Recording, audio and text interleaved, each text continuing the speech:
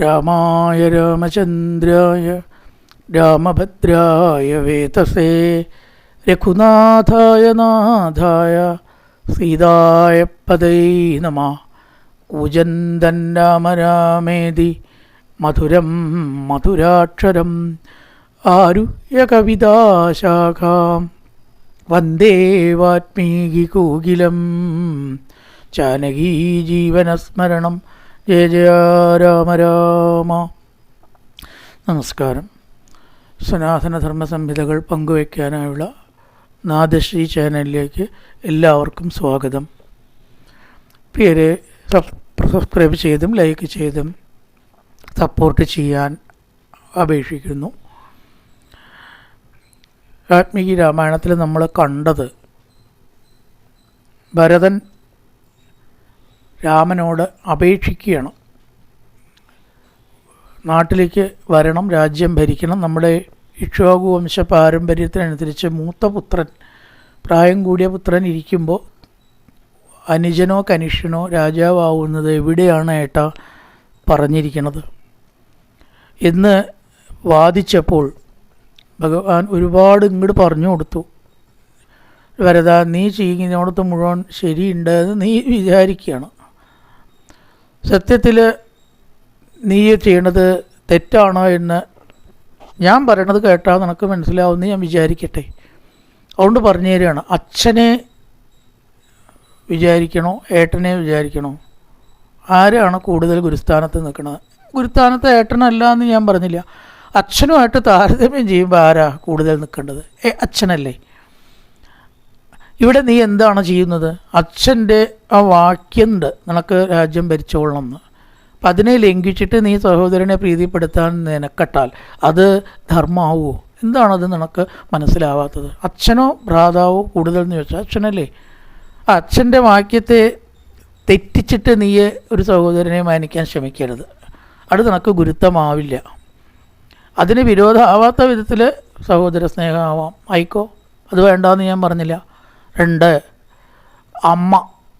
അമ്മയായിരിക്കുന്ന കൈകേയി നീ ഇപ്പോൾ ഒരുപാട് ഭർഷിച്ചിട്ട് സംസാരിക്കണു.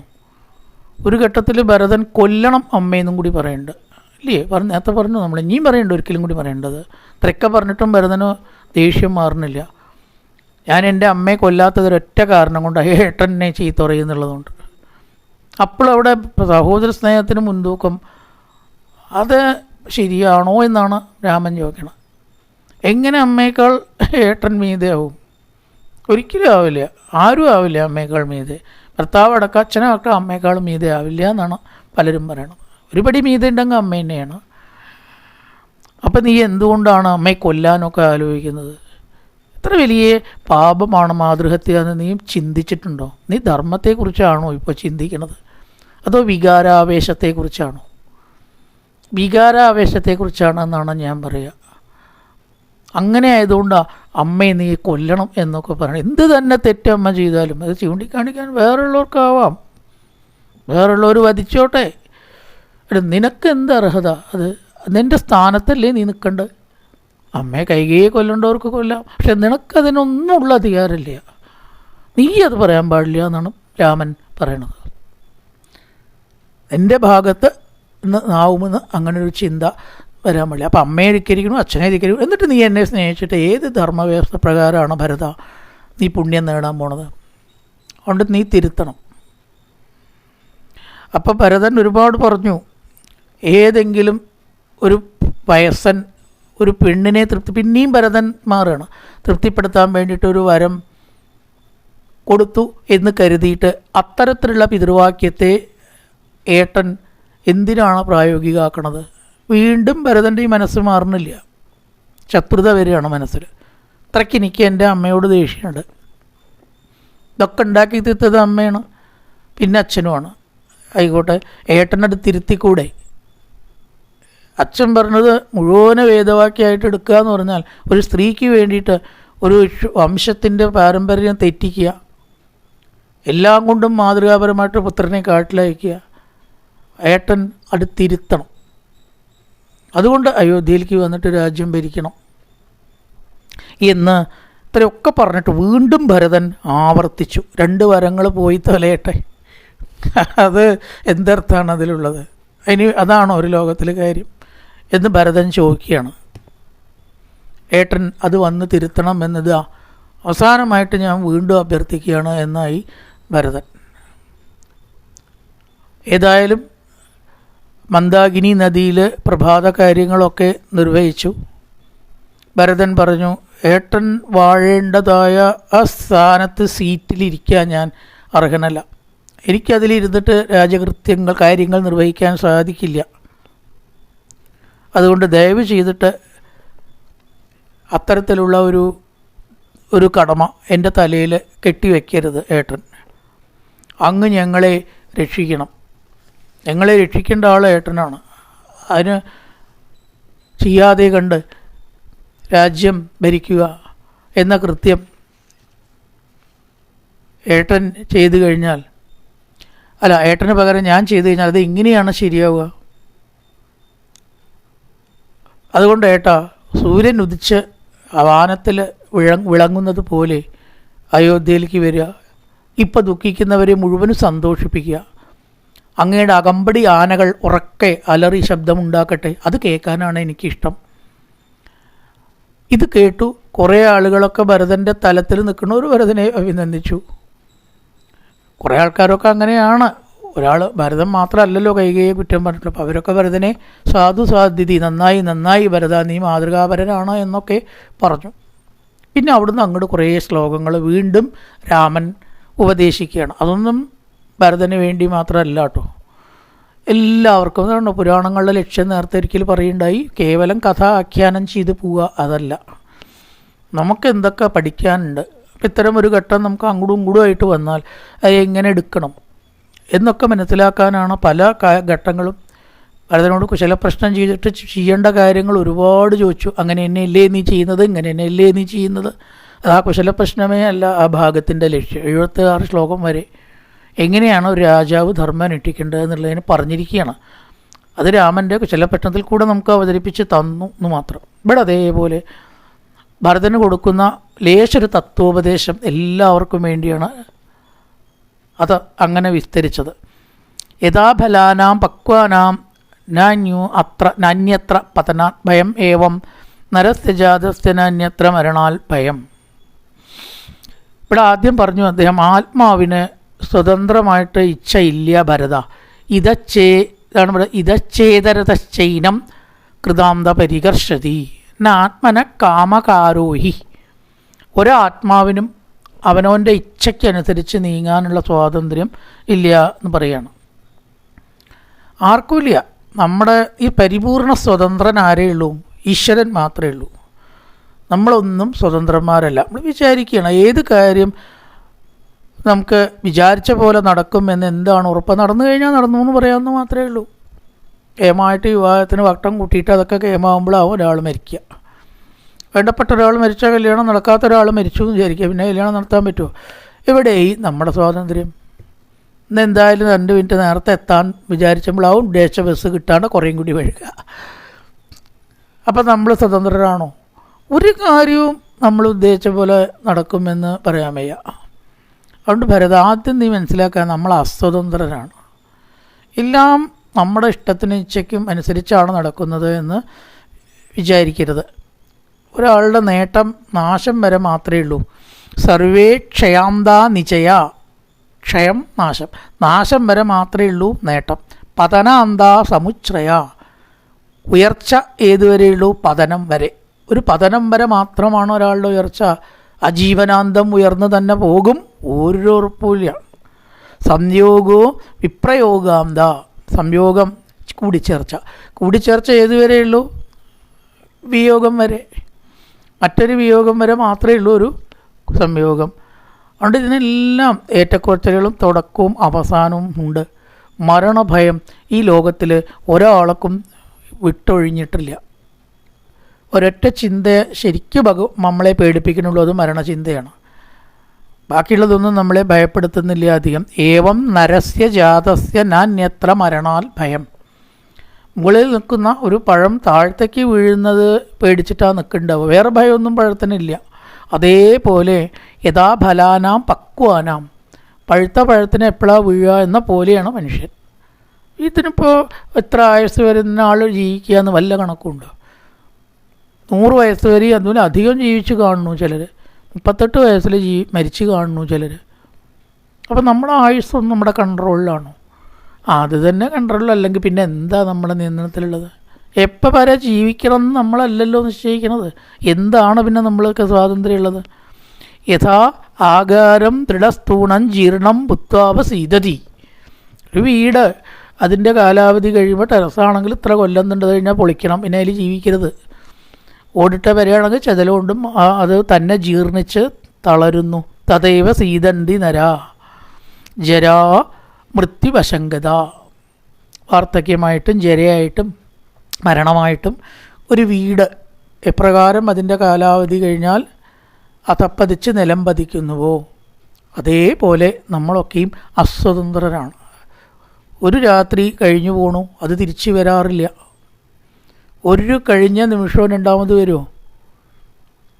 പുഴയിലത്തെ വെള്ളം പോലെ നമുക്കൊരു വെള്ളത്തിൽ നിൽക്കാൻ പറ്റില്ല 5 മിനിറ്റ് പോലും എന്ന് പറയും. കാരണം വെള്ളം ഒഴുകി പോവുകയാണ്.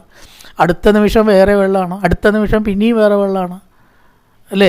ഒരേ വെള്ളത്തിലാണ് നമ്മൾ നിൽക്കണമെന്ന് നമുക്കൊരു പ്രതീതി മാത്രമാണ്. ആണോ സത്യത്തിൽ? അതുപോലെയാണ്. കുളത്തിൽ മാത്രമേ അല്ലാതെ പറ്റുള്ളൂ. പുഴയിൽ നിൽക്കണ പോലെ ജീവിതം കഴിഞ്ഞുകൊണ്ടേ പോയിക്കൊണ്ടിരിക്കുകയാണ്. അപ്പോൾ കഴിഞ്ഞ രാത്രി വീണ്ടും വരില്ല, കഴിഞ്ഞ പകലും തിരിച്ചും വരില്ല. ഇതിങ്ങനെ കഴിഞ്ഞു പോണു. ഈ സൂര്യൻ ജലാശയത്തിൽ ധാരാളമായിട്ട് പതിക്കുമ്പോൾ ആ വെള്ളം വറ്റില്ലേ? സൂര്യൻ്റെ പ്രകാശം കൊണ്ടാണ് ആ വെള്ളം വറ്റണത്. ആ വെള്ളം സൂര്യൻ വലിച്ചെടുക്കണമെന്നൊക്കെ പറയും. എന്നിട്ട് അത് മഴയാക്കിയിട്ട് പെയ്യണം. എന്തായാലും നല്ല വെയിലത്ത് വെള്ളം വറ്റണു. വേനൽക്കാലത്തതാണല്ലോ വെള്ളം വറ്റാൻ കാരണം. സൂര്യനാണോ വലിച്ചെടുക്കണമെന്നാണ് പറയണത്. അതുപോലെ നമ്മുടെ ആയുസ്സിനെ വേഗത്തിൽ ക്ഷയിപ്പിക്കണു കാലം. ഓരോന്നും നമുക്കുള്ള വാണിങ്ങാണ് സൂര്യോദയങ്ങൾ എന്ന് പറയണം. ഓരോ സൂര്യൻ ഉദിച്ചാലും അസ്തമിച്ചാലും നമ്മളോട് പറയണു, ഇതാക്ക എൻ്റെ കഴിഞ്ഞു കേട്ടോ, ഇന്നലത്തെ കഴിഞ്ഞു, ഇനി ഇന്നത്തെ ഉള്ളൂ, ഇന്നത്തെ കഴിഞ്ഞു, ഇനി നാളത്തെ ഉള്ളൂ, തിരിച്ചു വരവുണ്ടോ? ഇല്ല. ഓരോ ദിവസവും നമ്മുടെ ആയുസ് കഴിയുന്നു എന്ന മുന്നറിയിപ്പ് നമുക്ക് നൽകുകയാണ് ഓരോരോ ഉദയം. ആണെങ്കിലും ഓരോ ക്ലോക്കിൻ്റെ ഓരോ സൂചിയുടെ ചാട്ടവും എന്ന് പറയാം. പിന്നാക്കം ചാടുമോ? സാധാരണഗതിയിൽ കഴിഞ്ഞു കഴിഞ്ഞു.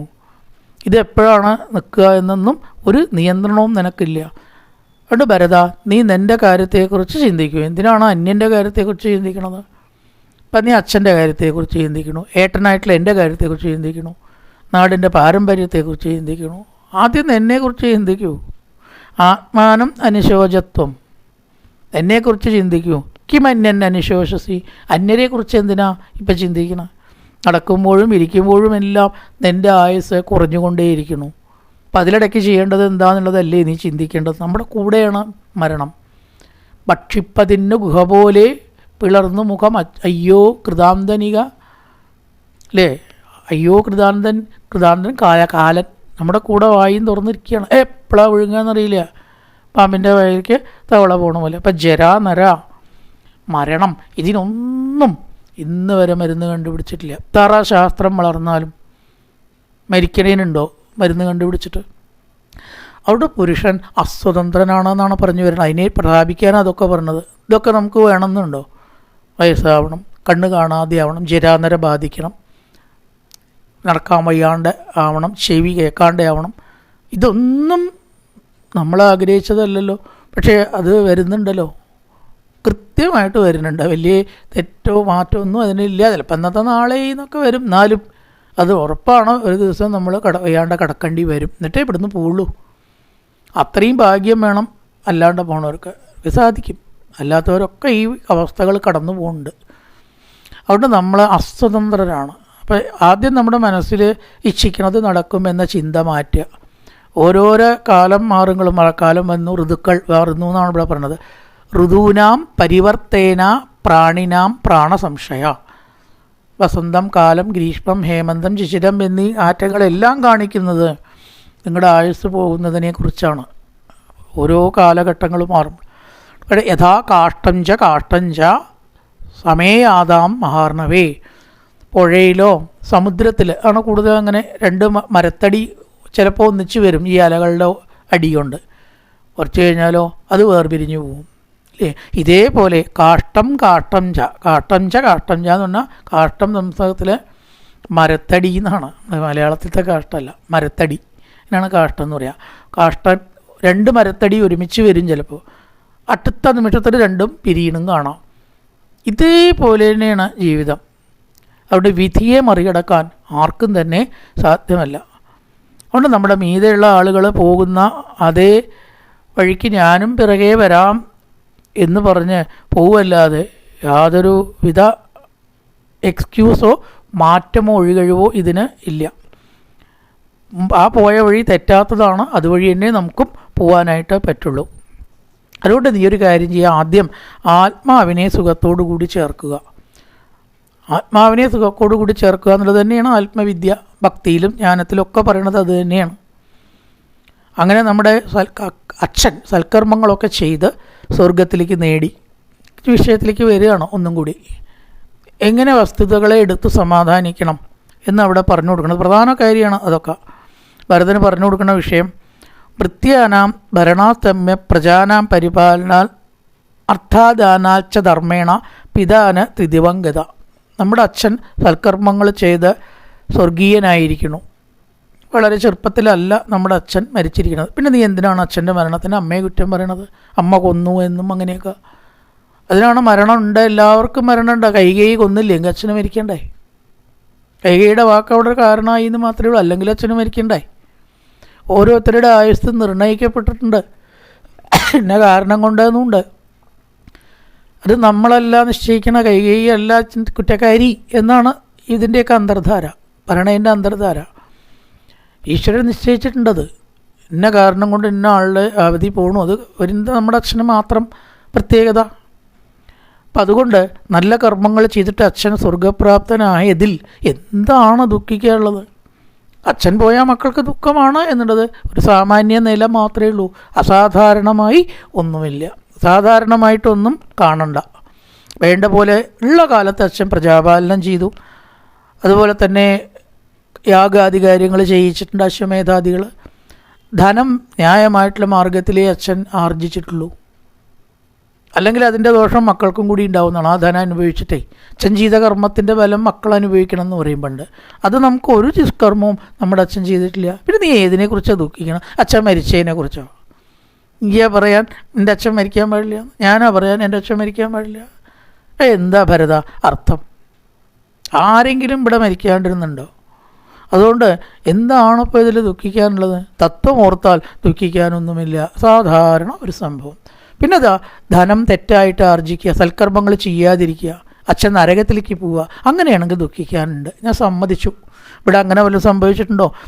അർത്ഥദാനാച്ച ധർമ്മേണ, ധർമ്മം കൊണ്ട് ധനം സമ്പാദിച്ചു. ധർമ്മേണ പിതാന ത്രിദിവംഗത, ത്രിദിവം സ്വർഗം. നമ്മുടെ അച്ഛൻ സ്വർഗത്തിലേക്ക് പോയതിൽ എന്താണ് ദുഃഖിക്കാനുള്ളത്? സന്തോഷിക്കാനല്ലേ ഉള്ളൂ. ശരിക്ക് അകാല ചരമവും അല്ല. കൈകേയി ഒരു കാരണം മാത്രമാണ് ഭരത. ഇത് നീയൊന്നും മനസ്സിലാക്കണം. അതുകൊണ്ട് ആവശ്യമില്ലാതെ ദുഃഖിക്കുക. എൻ്റെ ആത്മാവിന് നീ ദുഃഖം കൊടുക്കുക, അത് ഏറ്റവും വലിയ പാപമാണ്. ആ പാപത്തിൽ നിന്ന് ആദ്യം നിന്ന് നിവർത്തിക്കുക.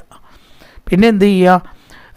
യജ്ഞങ്ങളാൽ ആ കർമ്മം നേടിയിട്ടുള്ള അച്ഛൻ്റെ മരണത്തെക്കുറിച്ച് ഒരിക്കലും ദുഃഖിക്കാതിരിക്കുക. ദീർഘായുസ് എന്ന് പറയാം. 60 കഴിഞ്ഞിട്ടൊക്കെ കഴിഞ്ഞാൽ ദീർഘായുസാണെന്നാണ് പണ്ട് പറയുക. അതിൻ്റെ മുമ്പ് മാത്രമേ ഉള്ളൂ അകാല ചരമം. 60 കഴിഞ്ഞാൽ പ്രായം തന്നെയാണ്, എപ്പോൾ വേണമെങ്കിലും പിന്നെ ആവാം. അതുകൊണ്ട് ഇത് ശോചനല്ല, അച്ഛനൊരു ശോചനല്ല. അച്ഛനെക്കുറിച്ച് നമ്മൾ ദുഃഖം പുലർത്തേണ്ടതായിട്ടുള്ള ആവശ്യം ഇല്ല എന്ന് പറഞ്ഞ് ആ ശോകത്തെ ആദ്യമായിട്ട് കളയുകയാണ്. ഇപ്പം നീ ചെയ്യേണ്ടത് പിതൃവാക്യത്തെ സത്യമാക്കുക. അത് എനിക്കും നിനക്കും ഒരുപോലെ ബാധകമാണ്. ഞാൻ കാട്ടിൽ വസിക്കണം, നീ രാജ്യവും ഭരിക്കണം. നിനക്ക് എന്നോട് പറഞ്ഞിട്ടുള്ള വാക്യം ഭരിക്കാനാണ്, എന്നോട് പറഞ്ഞിട്ടുള്ള വാക്യം കാട്ടിലിരിക്കാനാണ്. അപ്പം നമുക്ക് 2 പേർക്കും ന മയാ ശാസനം തസ്യ തെക്തും നായി അമ അരിന്തമ, ന്യായം അരിന്തമ, ന്യായമല്ല. തെക്തും ഉപേക്ഷിക്കുക. അച്ഛൻ്റെ വാക്കിനെ തള്ളിക്കളയുന്നത് ഒരിക്കലും ന്യായമല്ല.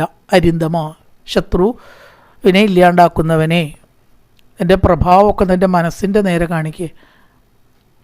അതിപ്പോൾ നീ ചെയ്യണില്ല, അതുകൊണ്ടാണ് നീ വീണ്ടും വീണ്ടും ദുഃഖിക്കണത്. അപ്പം അച്ഛൻ പറഞ്ഞിട്ടുള്ള ഈ രണ്ട് കാര്യം, ഒന്ന് എനിക്ക് ബാധകമാണോ, ഒന്ന് നിനക്ക് ബാധകമാണോ. ഞാൻ കാട്ടിലും പോകണം, നീ ഭരിക്കും വേണം. നമ്മുടെ രക്ഷിതാവായിട്ടുള്ള ആ അച്ഛനോട് നിനക്ക് അല്പം പോലും സ്നേഹമുണ്ടെങ്കിൽ നീ അതല്ലേ ചെയ്യേണ്ടത്? ഇപ്പം എന്നെ നാട്ടിലേക്ക് വിളിക്കേണ്ടത് എന്ത് ന്യായത്തിലാണ് എന്നാണ്. തോൽപ്പിക്കുകയാണ് ശരിക്കും രാമൻ. എന്ത് ന്യായത്തിലാണ് നീ എന്നെ അങ്ങോട്ട് കൊണ്ടുപോകുന്നത്? അപ്പോൾ നിനക്ക് അച്ഛനോട് സ്നേഹമുണ്ടോ, അമ്മോട് സ്നേഹമുണ്ടോ? സത്യത്തിൽ നീ ചെയ്യുന്നത് ശരിയാണോ ഒന്ന് ആലോചിച്ച് നോക്കൂ.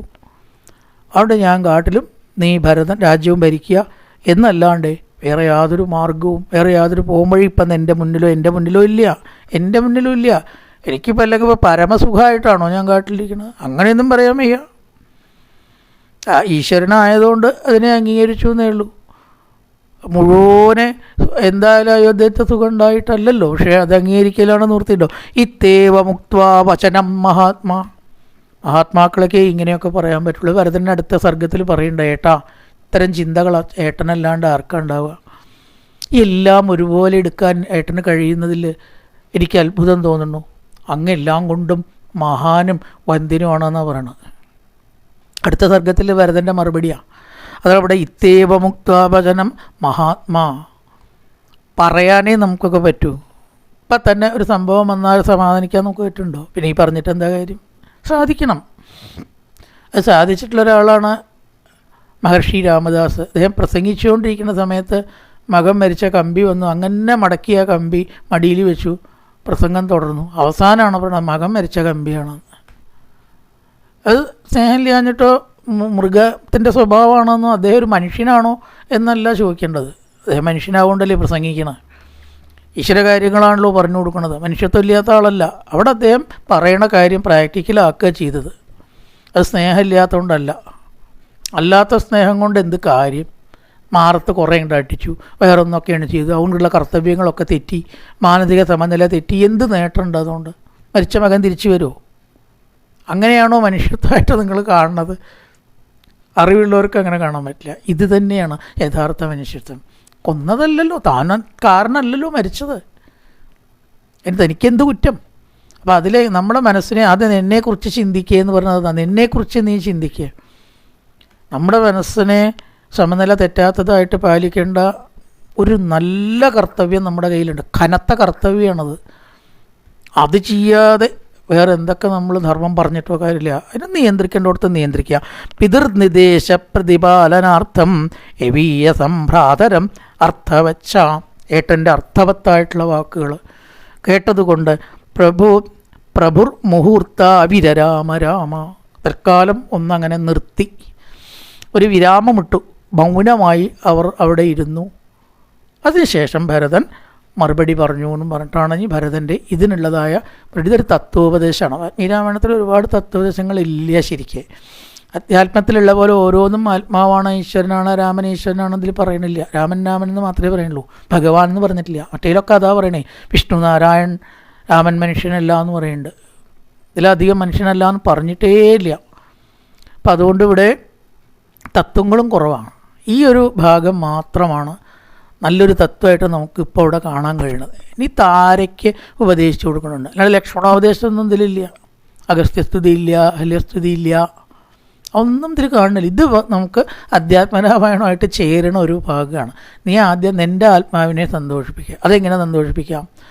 അച്ഛൻ സ്വർഗത്തിലേക്കാണ് പോയിരിക്കുന്നത്, ആയുസ് കുറേ കാലം ജീവിച്ചു, ധർമ്മത്തിനടുത്ത് ജീവിച്ചു.